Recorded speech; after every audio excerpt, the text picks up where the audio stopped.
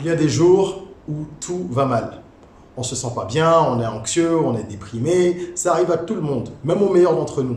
C'est normal, c'est ce qu'on appelle une baisse de régime.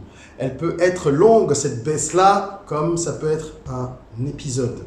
Comment faire lorsqu'on se retrouve dans une situation pareille pour limiter la casse et reprendre le dessus rapidement? Il y a quelques petites techniques, des choses très simples que l'on peut faire pour reprendre un peu confiance en soi et se remettre au charbon. On en parle tout de suite. Je suis Régis Saizy, entrepreneur multipotentiel, conférencier, formateur et artiste. Nombre de mes projets ont été acclamés et primés à l'international. Mes ouvrages se sont écoulés à plus de 20 000 exemplaires à travers le monde et j'ai formé plus de 5 000 personnes à ce jour sur les thématiques liées à l'entrepreneuriat, au business, au leadership et au mindset. Je partage avec vous sur cette chaîne du contenu propulsif pour vous aider à rêver, oser et créer.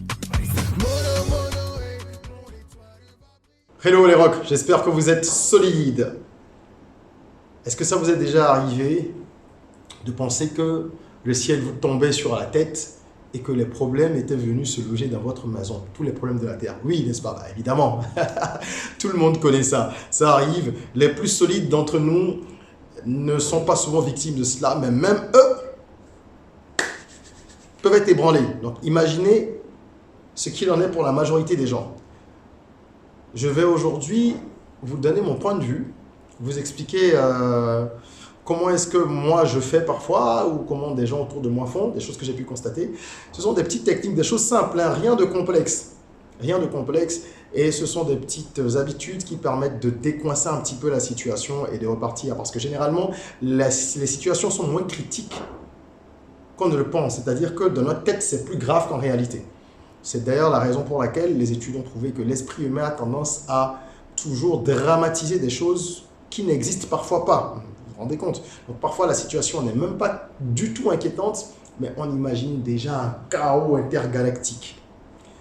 Ça, c'est un travail que nous devons faire pour changer ce paradigme-là. Mais en attendant d'atteindre la pleine sérénité, il faut bien faire face déjà aux situations qui sont présentes.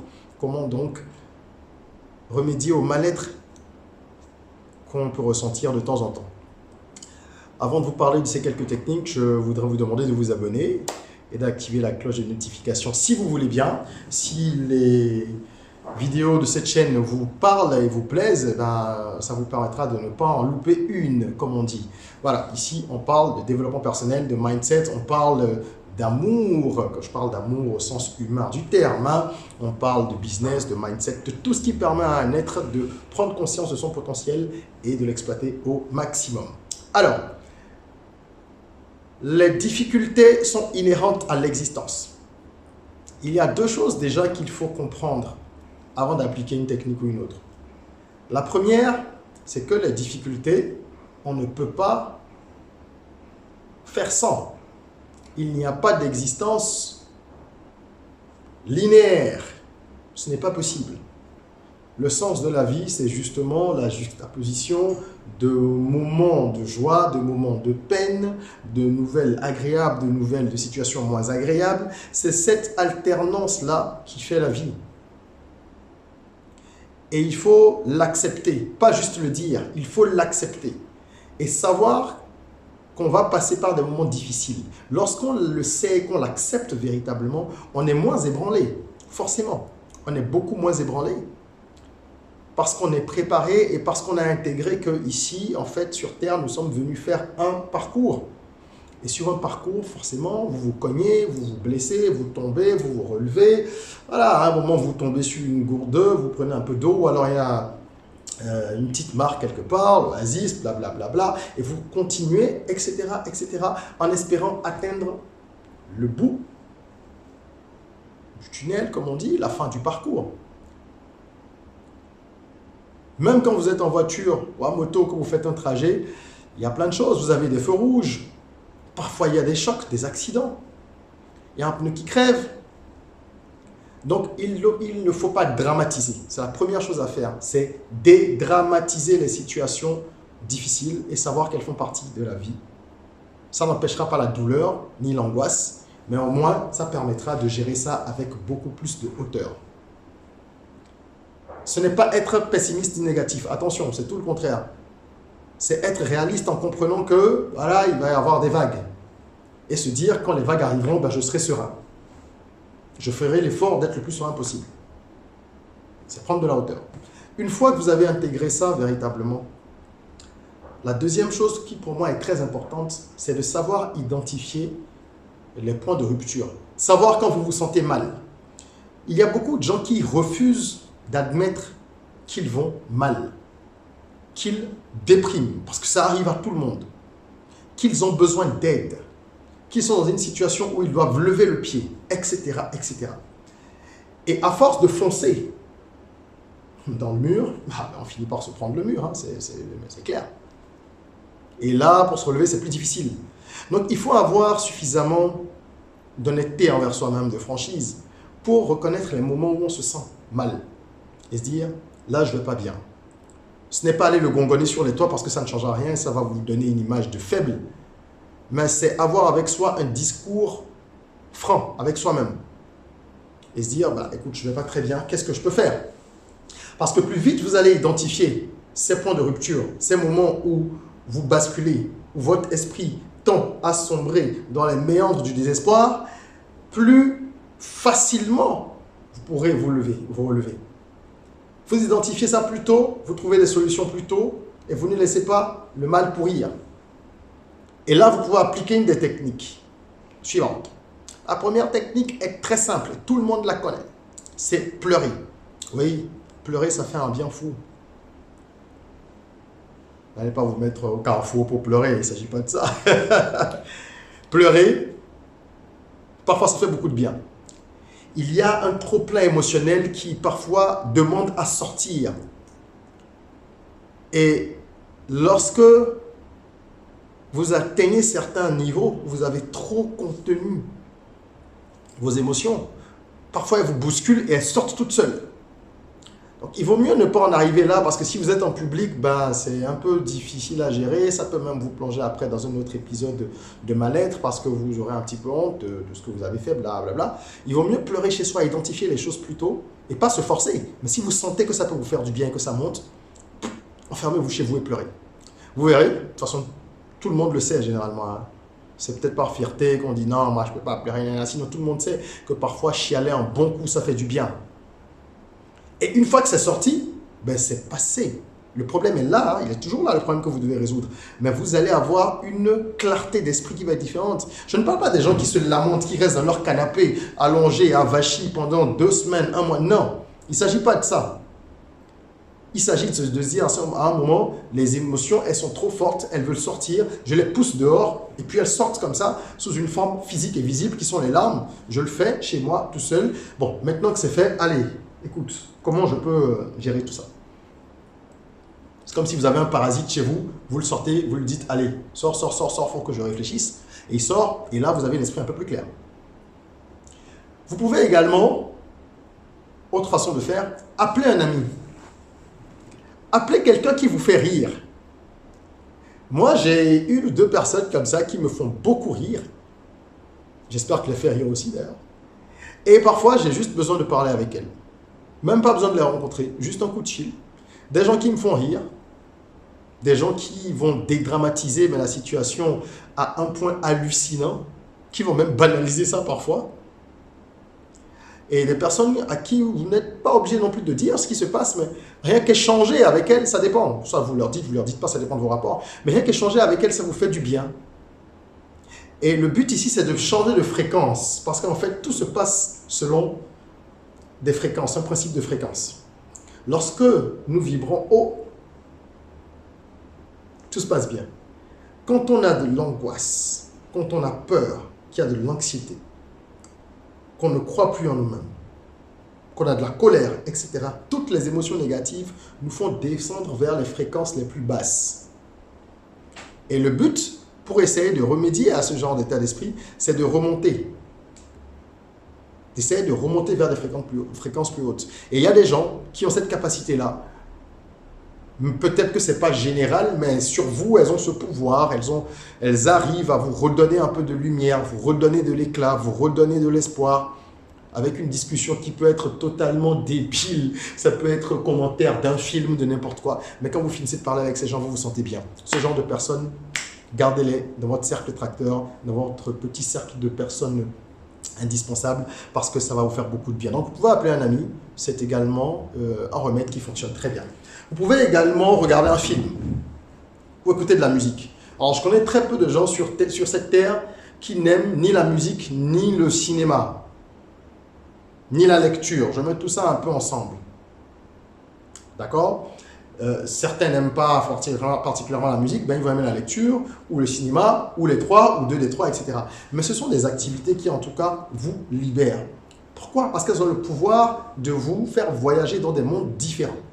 Et quand on dit écouter de la musique, il s'agit d'écouter, si vous vous sentez mal, de la musique qui vous met dans un certain état d'esprit, un état d'esprit positif. N'allez pas écouter une playlist de déprimés alors que vous vous sentez déjà mal. Ça n'a absolument aucun sens ni aucun intérêt. Sauf si vous ne vous aimez pas. Parce que je connais des gens, quand ils vont mal, vous écoutez leur playlist, vous avez envie de vous flinguer à leur place. Hein. Mais c'est vrai. Il y a des musiques qui vous plongent dans la nostalgie. Ce ne sont pas des musiques qu'il faut écouter quand on se sent mal. C'est un réflexe qu'on peut avoir, mais qui est un réflexe nocif. Donc choisissez des musiques qui vous font du bien, qui vous rappellent de bons souvenirs si vous voulez rester dans la dynamique de la nostalgie, mais de bons souvenirs vraiment. Pas des souvenirs mélancoliques où vous allez dire « Oh, je regrette telle personne, oh, telle situation. » Non, non, non, non, non, non. Des choses qui vous donnent la pêche, qui vous font sourire. Voilà. C'est très important. Ou regardez un film, une série. Et encore une fois, faites attention au choix. Si vous allez regarder une série dans laquelle il y a des meurtres à gogo, il y a des scènes glauques, il y a de la brimade, il y a tout ce genre de choses, alors que vous êtes dans une situation où vous vous sentez mal, il y a de fortes chances que vous soyez tiré, drainé vers le bas encore. Encore plus. Donc, selon les situations, il faut choisir aussi ce genre de distraction qui peut faire beaucoup de bien, mais qui peut aussi amplifier le mal si on fait des mauvais choix. Ensuite, il y a la marche. L'expression est populaire et connue d'ailleurs. J'ai besoin d'aller prendre l'air. Pour s'aérer l'esprit, autre expression qui veut tout dire, hein, qui est très parlante, il faut aller marcher. Ça marche très bien. Ça marche très bien. Il faut marcher. Et si vous avez la possibilité, allez marcher dans la nature. Moi, je le fais souvent, pas parce que je me sens mal, parce que j'aime la nature. Et dans tous les cas, que vous soyez dans un bon mood, dans un mauvais mood, marcher dans la nature vous fera beaucoup de bien.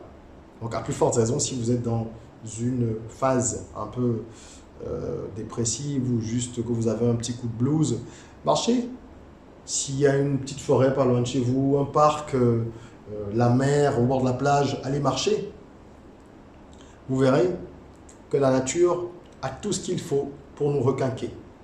C'est d'ailleurs pour ça que la sylvothérapie me semble être quelque chose de très puissant. La sylvothérapie, c'est donc le soin par les arbres. Des études l'ont prouvé, hein. Ce n'est pas juste des élucubrations. Il y a des études qui ont prouvé que lorsque vous embrassez un arbre, vous pouvez récupérer de l'énergie. Vous savez, les arbres sont très puissants. Parce qu'ils ne bougent pas, donc ils sont enracinés, et on dit que c'est ça qui leur permet de puiser la force de la terre. Et ils ont également le soleil qui les nourrit, ils sont en constante communication comme ça avec le haut, le bas, et il y a plein d'autres facteurs. Bref, la sylvothérapie qui est de plus en plus évoquée dans de nombreux traitements pour des problèmes de santé mentale et tout ça, permet de se reconnecter un peu à soi, de reprendre un peu d'énergie grâce aux arbres qui peuvent nous communiquer une partie de leur énergie immense. Donc pour eux, c'est juste un petit bout. C'était une parenthèse. Si ça vous intéresse, vous pouvez creuser un peu là-dessus. Je ferai une vidéo sur ce sujet plus tard. Donc aller marcher, ça fait beaucoup de bien. Vous pouvez aussi écrire. Pour ceux qui aiment bien, vous savez, le principe du journal intime qu'on a vu dans les films américains depuis tout petit, et tout ça, et qui est pratiqué un peu partout aujourd'hui, c'est basé sur ça. Écrire, ça permet de se vider. Ça permet de de coucher sur papier ce que l'on a en soi. Donc c'est une façon de matérialiser ses joies, mais aussi ses douleurs et ses peines. Et il y a une communication qui existe entre le papier et vous. Aujourd'hui, les gens le font aussi par ordinateur, ils écrivent et tout ça, mais dans une démarche thérapeutique, il est souvent conseillé de le faire manuscritement pour véritablement mettre l'énergie qu'il y a entre la main, le stylo, oui, parce que ce n'est pas des plumes que vous utilisez, n'est-ce pas? Le stylo, la feuille, etc. L'impact est plus fort que sur un ordinateur. Après, vous pouvez le faire par ordi aussi, si vous sentez. C'est à vous d'essayer de voir ce qui fonctionne pour vous, si vous sentez la connexion. Mais écrire, ça libère. Et quand on n'écrit pas pour se lamenter et dire uniquement « oui, tout va mal dans ma vie, nanani, nanana ». Non, le calimérisme, ce n'est pas très productif. Hein. Oui, on peut parler, on a même le droit de parler de ce qui ne fonctionne pas, mais il faut surtout aller vers du positif avec des affirmations et pouvoir dire « ok, je traverse tel, c'est une période difficile de ma vie, je pense que tel, mais je sais que je vais me relever, il faudrait que je fasse ci, que je fasse ça, il faudrait ceci, il faudrait cela. » Ça va venir tout seul, il n'y a même pas de règle. Si vous êtes dans une démarche positive, une dynamique vraiment de croissance, vous allez savoir quoi dire, quoi écrire, ça va venir tout seul. Nous ne sommes jamais seuls là. Nous sommes seuls physiquement, nous sommes toujours assistés. Et en fonction de ce que nous dégageons comme énergie, eh ben, les vibrations positives ou moins positives nous accompagnent. Tout dépend de nous. Et je voudrais terminer en parlant du voyage. Pas parce que je suis un amoureux du voyage, pas seulement pour ça. Je suis un défenseur de la cause des voyages, c'est vrai, mais ça a été prouvé aussi, quoi. C'est pas un avis personnel, c'est quelque chose qui est prouvé. Voyager, ça ouvre l'esprit, ça rend plus intelligent, ça rend plus cultivé, ça rend plus tolérant, ça donne beaucoup d'humilité à l'être. Parce qu'on se rend compte qu'il y a des réalités différentes, qu'il y a des choses qui sont beaucoup plus avancées ailleurs que chez soi, etc. Donc tolérance, humilité et tout ça. Et ça permet surtout de réinitialiser son mindset, son cerveau, son mental dans les moments difficiles. Vous n'avez pas besoin d'avoir beaucoup d'argent pour voyager ou d'en dépenser beaucoup. Voyager, c'est déjà partir de chez soi et aller peut-être dans une ville voisine, dans le même pays. Surtout qu'on connaît très mal nos pays, généralement, nous en Afrique. On n'est pas obligé de prendre l'avion pour aller à X kilomètres. Non, ça peut être dans son environnement national, juste un petit déplacement pour un week-end. Et vous vous rendez compte que le fait d'être dans un environnement différent, de voir des gens différents, ou de ne voir personne, si vous allez dans un endroit où vous avez besoin de vous ressourcer, comme un monastère par exemple. Tout dépend de votre envie, de vos envies et de vos besoins à ce moment-là. Mais quand on revient du week-end, vous entendez souvent les gens dire « Ah, ce week-end m'a fait du bien ». Eh bien, c'est généralement pas les week-ends qu'on a passé à vider des bouteilles d'alcool avec des potes ou à faire 10 000 conneries qui sont les week-ends qui requinquent. Non, ce sont les week-ends où on a pu s'extirper justement de l'agitation, que ce soit l'agitation urbaine, l'agitation émotionnelle autour de soi, et qui nous ont permis, donc ces week-ends-là, d'aller rechercher de l'énergie pour recharger les batteries. Donc voyager, ça fait énormément de bien. Énormément de bien. Voilà quelques approches de solutions qui fonctionnent, qui ont fait leurs preuves, pas que pour moi, hein, pour beaucoup de gens, ce sont des choses qui sont connues et que je voulais partager ou souligner, parce que parfois on le sait mais on ne le pratique pas. Donc c'est un rappel qui peut être utile et pour d'autres c'est peut-être une découverte. Je vous invite à garder tout ça à l'esprit et à savoir que les moments de baisse de forme, c'est humain, c'est normal, mais que ça ne doit jamais durer longtemps. Et que vous avez tout ce qu'il faut pour passer outre. Je vous invite à aller découvrir et écouter régulièrement également les chansons de l'album Soyons Rock, qui est un album de développement personnel sur de la musique urbaine que j'ai produit. Donc je suis auteur, compositeur, interprète et producteur de cet album, un album de musique de développement personnel. Je laisse le lien dans la description. Et si vous avez besoin de l'écouter régulièrement, il est en streaming.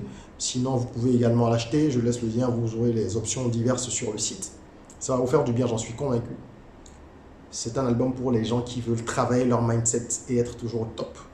Donc, c'est des chansons qu'il faut écouter régulièrement. Et pour ceux qui auraient besoin d'une séance de conseil, de coaching, que ce soit sur des questions personnelles ou professionnelles, vous pouvez réserver 1 heure de consulting. Je laisse également le lien. et je vous souhaite une belle et lumineuse suite de journées, de semaines, de mois. En attendant qu'on se retrouve. N'oubliez pas, abonnez-vous, partagez cette vidéo, ça peut aider quelqu'un. Et d'ici la prochaine vidéo, prenez soin de vous, de votre corps, mais aussi et surtout de votre mental, de votre esprit. Rêvons, osons, créons, soyons rock.